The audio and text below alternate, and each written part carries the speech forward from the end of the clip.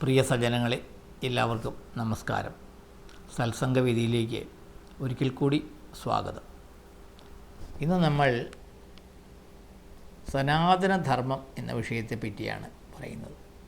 എല്ലാവരും പറഞ്ഞു കേൾക്കുന്ന വാക്കാണ് സനാതനധർമ്മം അഥവാ ഹൈന്ദവധർമ്മം. അതിനെപ്പറ്റി ചുരുക്കമായിട്ട് നമുക്കൊന്ന് ചിന്തിക്കാം. വിവേകാനന്ദ സ്വാമികൾ ചിക്കാഗോയിൽ നടക്കുന്ന ലോകമത സമ്മേളനത്തിൽ പങ്കെടുക്കാൻ അമേരിക്കയിലേക്ക് പോവുകയായിരുന്നു. കപ്പലിലാണ് യാത്ര. ഭാരതീയനായ ചെറുപ്പക്കാരനായ ഒരു സഹയാത്രികൻ ആ കപ്പലിൽ അമേരിക്കയിലേക്ക് യാത്ര ചെയ്യുന്നുണ്ടായിരുന്നു. അയാളൊരു സ്വാമിജി ചോദിച്ചു, നീ എങ്ങോട്ട് പോകുന്നു? അയാൾ പറഞ്ഞു, അമേരിക്കയിലേക്ക്. എന്തിനാണ് പോകുന്നത്? പഠിക്കാൻ. അതിനുശേഷം നന്നായി പഠിച്ച് ബിരുദമെടുക്കുക. എന്നിട്ടോ നല്ല ജോലി സമ്പാദിക്കും, ധാരാളം പണം സമ്പാദിക്കും. എന്നിട്ടോ സ്വാമിജി വീണ്ടും ചോദിച്ചുകൊണ്ടിരുന്നു. അവിടെ തന്നെ ജോലിയുള്ള ഒരു പെൺകുട്ടിയെ കണ്ടെത്തി വിവാഹം ചെയ്ത് അവിടെ സ്ഥിര താമസമാക്കും. സ്വാമി വീണ്ടും ചോദിച്ചു, എന്നിട്ടോ? വലിയ വീടും കാറുമെല്ലാം സ്വന്തമാക്കും. എന്നിട്ട് കുട്ടികളുണ്ടാകും, അവർക്ക് നല്ല വിദ്യാഭ്യാസം കൊടുക്കും. സ്വാമിജി വീണ്ടും വീണ്ടും ചോദിച്ചു കൊണ്ടേയിരുന്നു. അവസാനം ചെറുപ്പക്കാരന് ദേഷ്യം വന്നു. അയാൾ പറഞ്ഞു, എന്നിട്ടെന്താ? അവസാനം മരിക്കും. സ്വാമിജി ചിരിച്ചു ആ മറുപടി കേട്ട്. അപ്പോൾ നിൻ്റെ അവസാന ലക്ഷ്യം മരണമാണ് അല്ലേ? അതിനായി നീ ഇത്ര കഷ്ടപ്പെടേണ്ടതുണ്ടോ? ഇത്രയും കഷ്ടപ്പെട്ട് അമേരിക്കയിലേക്ക് യാത്ര ചെയ്യേണ്ടതുണ്ടോ?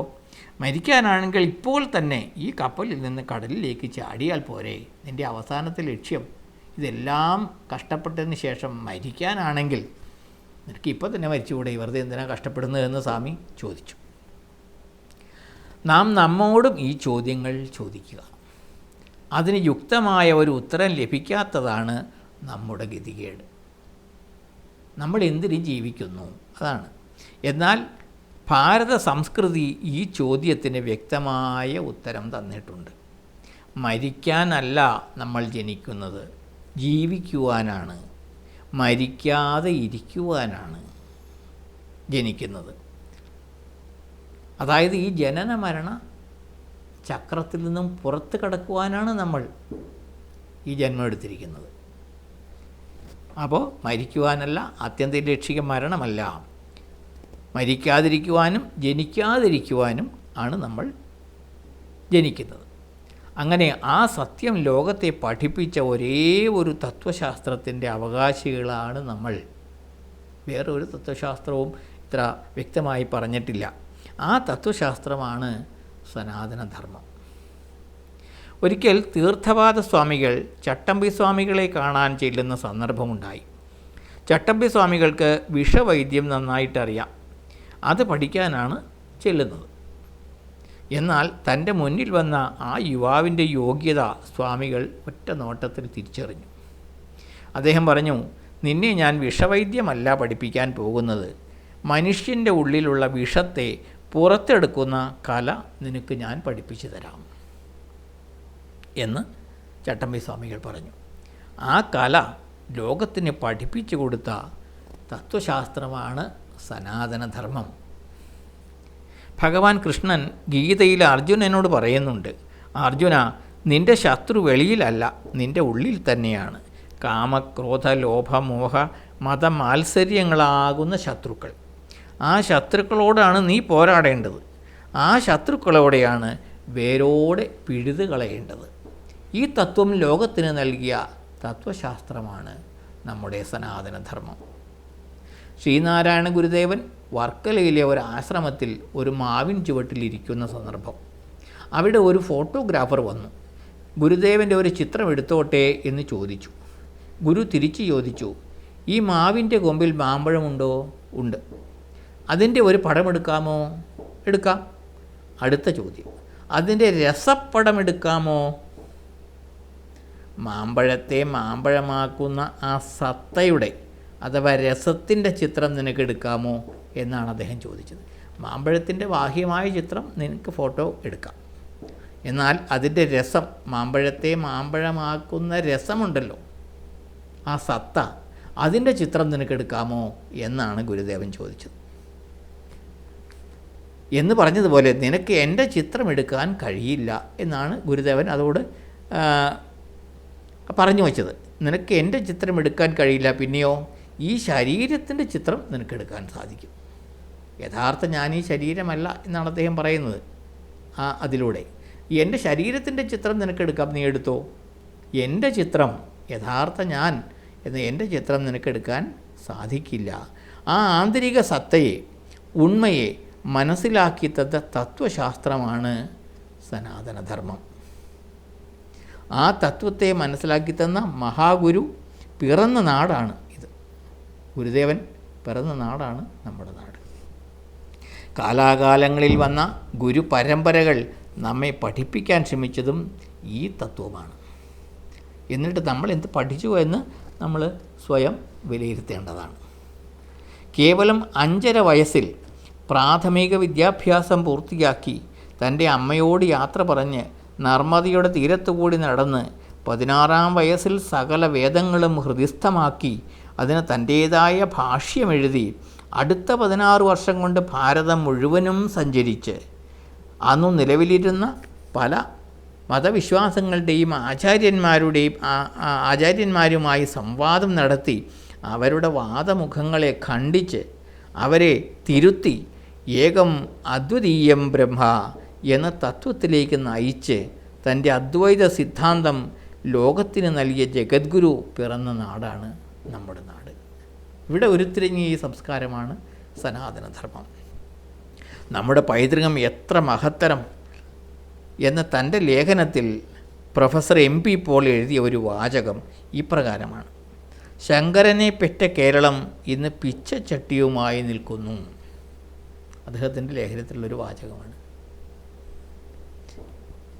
എവിടെയാണ് നമുക്ക് തെറ്റുപറ്റിയത്? നമ്മുടെ ധർമ്മം പഠിക്കുന്നതിൽ നമുക്ക് വീഴ്ച പറ്റിയിട്ടുണ്ട്. അത് തിരുത്തുവാൻ നാം ശ്രമിക്കേണ്ട കാലം അതിക്രമിച്ചിരിക്കുന്നു.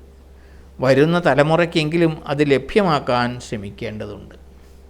മഹാനായ ശാസ്ത്രജ്ഞൻ ആൽബർട്ട് ഐൻസ്റ്റീൻ പറഞ്ഞിട്ടുണ്ട്, അറിവിൻ്റെ ഖനിയാണ് ഭാരതം, ഭാവി ലോകം ഉറ്റുനോക്കുന്നത് ഭാരതത്തിലേക്കാണ് എന്ന് ആൽബർട്ട് ഐൻസ്റ്റീൻ പറഞ്ഞിരിക്കുന്നു. ജ്ഞാനത്തിൻ്റെ കലവറയാണ് ഭാരതീയ തത്വശാസ്ത്രം. അത് മറ്റുള്ളവർക്ക് വിളമ്പണമെങ്കിൽ അത് നമ്മളിൽ ആദ്യം വളരണം. നമ്മുടെ നാട്ടിൽ ഉരുത്തിരിഞ്ഞ തത്വശാസ്ത്രമാണ്. അത് മറ്റുള്ളവർക്ക് പകർന്നു കൊടുക്കണമെങ്കിൽ നമ്മൾ ആദ്യം നമ്മളിൽ നിറച്ചാലല്ലേ അത് നമുക്ക് മറ്റുള്ളവർക്ക് പകർന്നു കൊടുക്കാനായിട്ട് സാധിക്കുകയുള്ളൂ. യഥാർത്ഥത്തിൽ ഹിന്ദുമതം എന്ന ഒരു മതമില്ല. മറ്റു മതങ്ങൾ പോലെ ഒരു മതമല്ല ഹിന്ദുമതം. വടക്ക് ഹിമാലയം മുതൽ തെക്ക് കന്യാകുമാരി വരെ പരന്നു കിടക്കുന്ന ഭാരതം എന്ന വിശാലമായ ഭൂപ്രദേശത്ത് ജീവിക്കുന്ന മനുഷ്യരുടെ ആചാരങ്ങളും സംസ്കാരങ്ങളും ജീവിത രീതികളുമാണ് ഹൈന്ദവത എന്ന് പറയുന്നത്. അതൊരു മതമല്ല, ഒരു സംസ്കാരമാണ്, ജീവിത രീതിയാണ്. ഈ ഭൂവിഭാഗത്തിൽ ജീവിക്കുന്ന മനുഷ്യരെയാണ് ഹിന്ദുക്കൾ എന്ന് വിളിക്കുന്നത്, അല്ലാണ്ട് ഏതെങ്കിലും ഒരു മതത്തിൽപ്പെട്ടവരെ അല്ല. അതുകൊണ്ട് തന്നെയാണ് അതൊരു മതമല്ല, ഒരു ജീവിത രീതിയാണ് എന്ന് പറയുന്നത്. അതൊരു സംസ്കാരമാണ്. പൗരാണിക കാലം മുതൽ ആ സംസ്കാരത്തെയും പാരമ്പര്യത്തെയും ആചാരങ്ങളെയും ജീവിത രീതികളെയും പിന്തുടരുന്നവരെ ആണ് ഹിന്ദുക്കൾ എന്ന് വിളിച്ചു പോകുന്നത്. ആ ജീവിത രീതിയുടെ അഥവാ സംസ്കാരത്തിൻ്റെ പേരാണ് സനാതനധർമ്മം. സനാതനം എന്നാൽ നിത്യമായത്, നാശമില്ലാത്തത്, എന്നെന്നും നിലനിൽക്കുന്നത് എന്നർത്ഥം. അതിന് ആദ്യവുമില്ല അന്തവുമില്ല. ഇതെന്ന് തുടങ്ങി, എവിടെ തുടങ്ങി? മനുഷ്യരുണ്ടായ കാലം മുതൽ ഈ ഭൂവിഭാഗത്തിൽ, ഈ ഭാരതഖണ്ഡത്തിൽ മനുഷ്യൻ താമസം ആരംഭിച്ചത് മുതൽ ഇങ്ങോട്ടുള്ള സകല സംസ്കാരങ്ങളും ആചാരങ്ങളും എല്ലാം ചേർന്നതാണ് സനാതനധർമ്മം. അതുകൊണ്ടാണ് അത് അനാദിയാണ്, ആദിയും അന്തവുമില്ല. അതിനെ ആർക്കും നശിപ്പിക്കുവാനും സാധിക്കില്ല. സനാതനമാണ് ആ ധർമ്മം.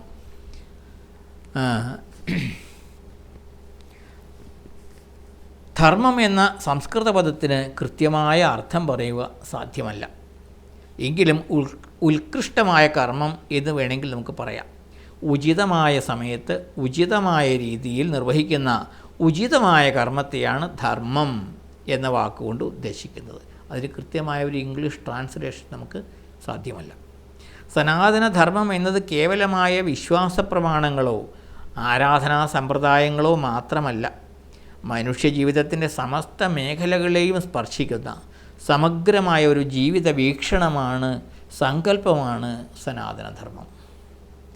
ഇതര മതങ്ങൾക്ക് സാധാരണയായി മതസ്ഥാപകനായ ഒരു ഗുരു അല്ലെങ്കിൽ പ്രവാചകൻ, വിശുദ്ധമായ ഒരു ഗ്രന്ഥം, ഉദാഹരണം ഖുറാൻ, ബൈബിൾ, ഗുരു ഗ്രന്ഥ സാഹിബ് തുടങ്ങിയവ ഓരോ മതങ്ങൾക്കും ഒരു വിശുദ്ധമായ ഗ്രന്ഥമാണ് അവർക്കെല്ലാം ഉള്ളൂ.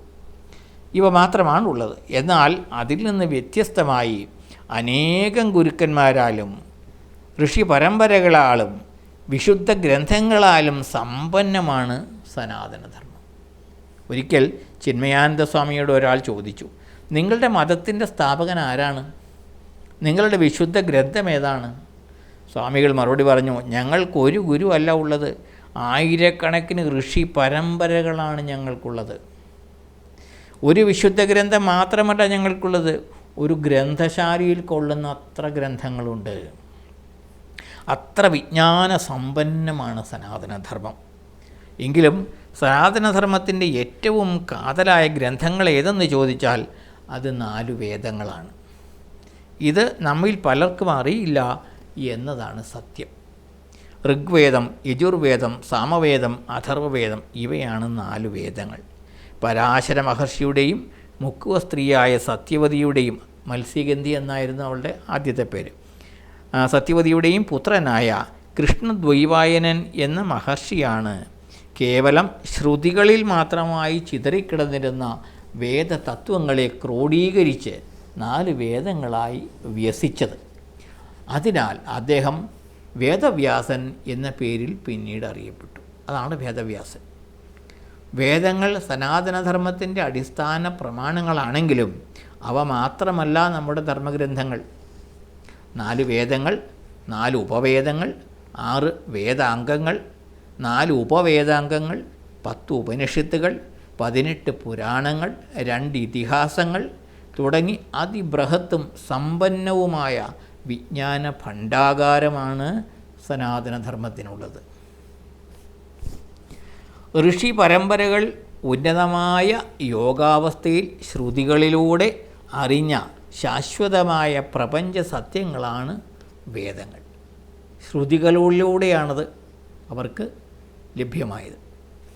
അവ എക്കാലത്തും മാറ്റമില്ലാതെ തുടരുന്ന നിത്യസത്യങ്ങളാണ് വേദങ്ങൾ. അതിന് ശ്രുതികൾ എന്നാണ് പറയുന്നത്. കാരണം ശ്രുതികൾ വഴിയാണ് അവർക്ക് ആ അറിവ് ലഭിച്ചത് എന്നുള്ളതുകൊണ്ട്. പിന്നീട് പരമ്പരകൾക്ക് പകർന്നു കൊടുത്തതും എങ്കിലും എഴുതി ഒന്നുമല്ല, ശ്രുതികളിലൂടെയാണ്. ചെവിക്ക് ചെവിയായിട്ടാണ് അവർ ഇത് പരമ്പരകൾക്ക് പകർന്നു കൊടുത്തുകൊണ്ടിരുന്നത്. അതുകൊണ്ടാണ് ഈ ശ്രുതി എന്ന് പറയുന്നത്. അത് ശാശ്വതമായ സത്യങ്ങളാണ്, വേദതത്വങ്ങളാണ് ശ്രുതികളെന്ന് പറയുന്നത്. ഉപവേദങ്ങളും അവയുടെ ഉപവേദങ്ങളും വേദാംഗങ്ങളും വിവിധ ശാസ്ത്രങ്ങളെയാണ് പ്രതിപാദിക്കുന്നത്. ഉദാഹരണത്തിന് ചിലവ മാത്രം നമുക്ക് താഴെ ഒന്ന് നോക്കാം. ആയുർവേദം, അതായത് വൈദ്യശാസ്ത്രമാണ്. അതിൻ്റെ ആചാര്യന്മാരായിരുന്നു ചരക മഹർഷി, ശുശ്രുതൻ, ച്യവനൻ ഇവരൊക്കെ. മറ്റൊന്ന് അർത്ഥശാസ്ത്രം, അതായത് ധനതത്വം, നമ്മൾ എക്കണോമിക്സ് എന്ന് പറയുന്നത്, അതിൻ്റെ ആചാര്യനായിരുന്നു കൗടില്യൻ. ജ്യോതിശാസ്ത്രം, അസ്ട്രോണമി, അതിൻ്റെ ആചാര്യന്മാർ വരാഹമിഹിരൻ, പരാശരൻ തുടങ്ങിയവരായിരുന്നു. വാസ്തുശാസ്ത്രം, അതായത് എൻജിനീയറിംഗ് ടെക്നോളജി എന്ന് നമുക്ക് പറയാം, സാങ്കേതിക വിദ്യ, അത് പല ശാഖകളിലായി 18ഓളം ആചാര്യന്മാർ അതിലേക്ക് ഗ്രന്ഥങ്ങൾ രചിച്ചിട്ടുണ്ട്. നാട്യശാസ്ത്രം, നൃത്തം, സംഗീതം, സാഹിത്യം, ഭരതമുനിയാണ് അവയുടെയൊക്കെ ഒരു ആചാര്യനായി കണക്കാക്കുന്നത്. സംഖ്യാശാസ്ത്രം, ഗണിതം, അതായത് മാത്തമാറ്റിക്സ്, ആര്യഭട്ടൻ ആണ് സംഖ്യാശാസ്ത്രത്തിൻ്റെ പിതാവായി കരുതപ്പെടുന്നത്. അതുപോലെ തന്നെ രാഷ്ട്രമീമാംസ, പൊളിറ്റിക്കൽ സയൻസ്, രാജ്യഭരണത്തെ പറ്റിയുള്ള വിവരണങ്ങളാണ് അതിൽ. അതിൻ്റെ ആചാര്യൻ ചാണക്യനാണ്. യോഗശാസ്ത്രം, അതായത് യോഗാഭ്യാസങ്ങൾ, മനസ്സ്, ശരീരം, ബുദ്ധി ഇവയുടെയൊക്കെ ആരോഗ്യത്തിന് ഉതകുന്ന എക്സർസൈസസ് എന്ന് നമുക്കിപ്പോൾ വേണമെങ്കിൽ പറയാം. യോഗ വെറും എക്സർസൈസ് അല്ല, അത് വേറൊരു കാര്യം. യോഗാഭ്യാസങ്ങൾ, അതിൻ്റെ ആചാര്യനായി നമ്മൾ കരുതുന്ന പതഞ്ജലി മഹർഷിയെ ആണ്. അതുപോലെ ധനുർവേദം, ആയുധവിദ്യ, ഭൃഗു, വിശ്വാമിത്രൻ, ഭരദ്വാജൻ ഇവരെല്ലാം അതിൻ്റെ ആചാര്യന്മാരായിരുന്നു. ഇനിയും അനേകമുണ്ട്. അതുപോലെ തന്നെ കാമശാസ്ത്രം, ഇതിന് കാമശാസ്ത്രം വരെ, ലൈംഗിക വിദ്യാഭ്യാസത്തിൻ്റെ ഗ്രന്ഥം വരെ നമ്മുടെ ഈ ശാസ്ത്രങ്ങളിലുണ്ട്. അതുവരെ രചിച്ചത് വാത്സ്യായനൻ എന്ന് പറയുന്ന മഹർഷിവര്യനാണ് എന്നോർക്കുക. അങ്ങനെ ഒരു വിഷയവും വിടാതെ ഈ പ്രപഞ്ചത്തിലെ ലോകത്തിലുള്ള സകല വിഷയങ്ങളെപ്പറ്റിയും ഉള്ള ശാസ്ത്രീയമായ അറിവുകൾ നമ്മുടെ ഈ ധർമ്മത്തിൽ ഉണ്ട്.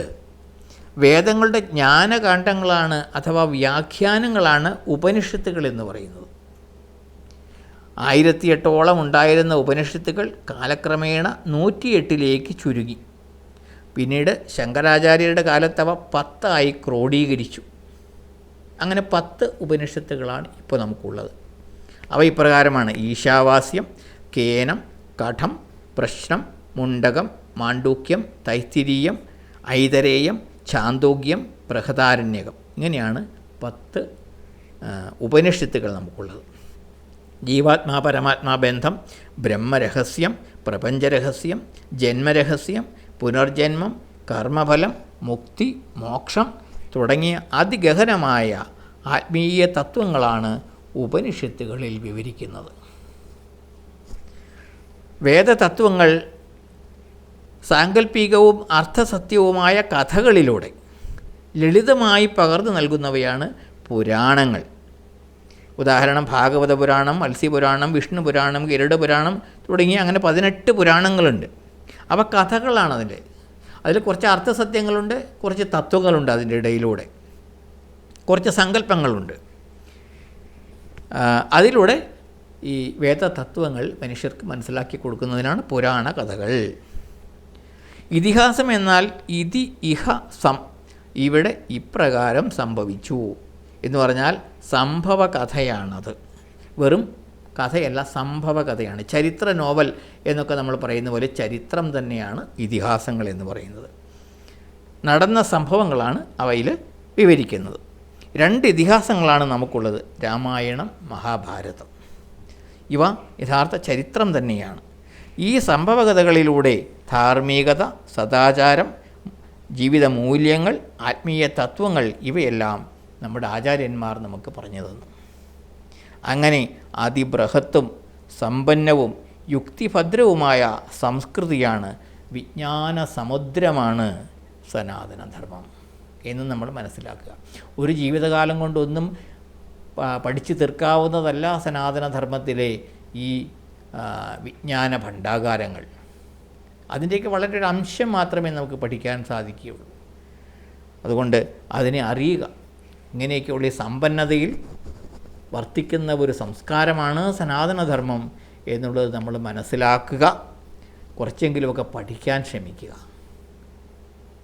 ഇത്ര വലിയൊരു സംസ്കാരത്തിൻ്റെ ഉടമകളാണ് നമ്മൾ എന്നതിൽ നമ്മൾ അഭിമാനിക്കുക. എല്ലാവർക്കും നന്ദി, നമസ്കാരം.